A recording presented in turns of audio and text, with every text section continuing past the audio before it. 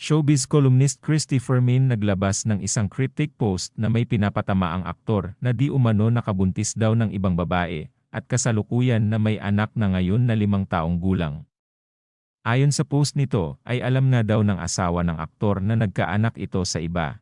Alamin natin ang ulat na ito. Sa isang cryptic post na ito, naglahad ng pahayag si Christy Fermin para sa madla na may isang aktor nga siyang kilala na nakabuntis ng iba at nagkaanak pa nga, ito ay habang pamilyado pa ang aktor. Hindi naman magkamayaw ang mga fans, at ang pinagdududahan nila ay si Dingdong Dantes ang pinapatamaan nito ngayon dahil sa dami ng mga lumalabas na espekulasyong ito nga ang tinutukoy ng showbiz columnist na si Christy Fermin.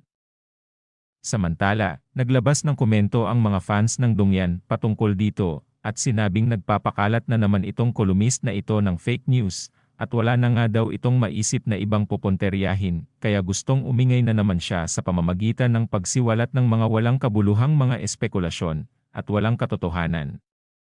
Ayon sa mga netizens, sinisiraan nito ang mag-asawang Marian Dantes at Dingdong Dantes, at ang lahat ng mga patotsada nito ay walang kabuluhan. Pawang mga kasinungalingan, at sa lumalabas na mga negatibong balita na ito, na isaad naman ni Dingdong Dantes na hindi umano niya magagawang magloko dahil mahal na mahal nito si Marian at ang mga anak niya, at umiikot ang kanyang mundo para sa kanyang pamilya. Sa kabila ng lumalabas na isyu na ito, hindi naman apektado si Marian, at patuloy pa din ang mag-asawa sa pagbigay ng inspirasyon sa kanilang mga fans.